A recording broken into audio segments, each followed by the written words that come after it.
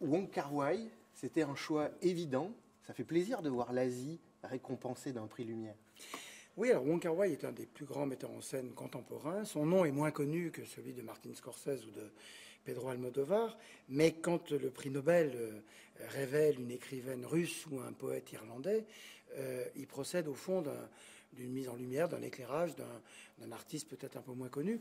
Dans le milieu du cinéma, évidemment, Wong Kar-wai est l'un des dieux vivants, pour reprendre une métaphore asiatique. Et évidemment, avec lui, c'est cette Asie, cette Chine éternelle et cette Chine de Hong Kong. Et puis, c'est l'un des plus grands stylistes du cinéma contemporain. C'est un homme assez rare qui n'a jamais accepté autrefois avant ce type d'honneur. Et donc, on est très heureux de l'avoir. Justement, pour ceux qui ne le connaissent pas forcément très bien, c'est quoi son univers? C'est quoi ses grands films? L'univers de Wong Kar-wai, c'est d'abord un film qui s'appelle In the Mood for Love, que tout le monde connaît, ou en tout cas dont tout le monde connaît la musique et la chanson. Et c'est un univers de la jeunesse de Hong Kong, une jeunesse à la fois désœuvrée et combative, une jeunesse à la fois dans l'interrogation de son destin, qui était aussi l'interrogation du destin du peuple de Hong Kong avant l'an 2000.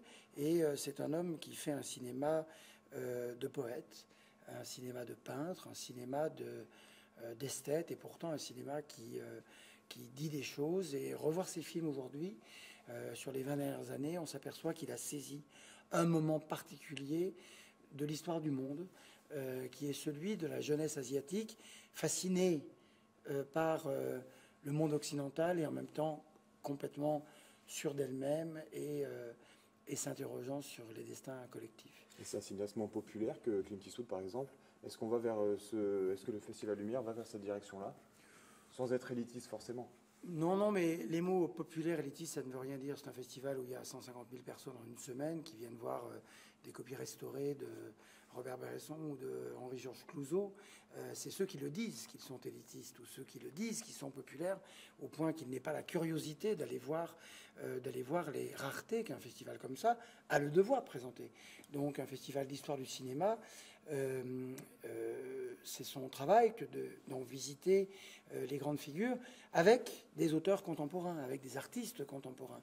Et il ne faut pas non plus que courir après le succès, mais montrer parfois, en invitant des gens un peu moins connus, que nous misons aussi sur des talents que le monde redécouvrira après nous. Ce qui est intéressant, c'est qu'à travers sa présence, celle de Guillermo del Toro et le Mexique, la France, évidemment, avec Clouzot, Godard, il y a quand même un panorama du cinéma mondial ou du passé de ce cinéma mondial. Oui, l'idée de ce festival était que depuis Lyon, ville natale du cinématographe Lumière, là où les choses ont commencé, et là où la mondialisation a commencé aussi, là où le cinéma mondial a commencé, nous puissions inviter les artistes d'aujourd'hui à revenir sur les traces, à revenir sur les lieux de l'invention, mais aussi pour parler du cinéma d'hier et d'aujourd'hui. Et c'était le concept du festival, ça a marché d'emblée. Et du coup, on se retrouve avec aujourd'hui un festival à la fois très grand public, et qui va le devenir de plus en plus, et puis un festival de plus en plus spécialisé, avec des artistes qui s'interrogent maintenant à savoir quelle est leur place et comment le Festival Lumière va leur rendre hommage. Et inviter Guillermo del Toro, par exemple, qui est un des grands créateurs contemporains, qui fait du cinéma de genre, donc il ne fait pas du cinéma d'auteur au sens classique du terme, c'est en effet à travers lui consacrer tout le cinéma mexicain.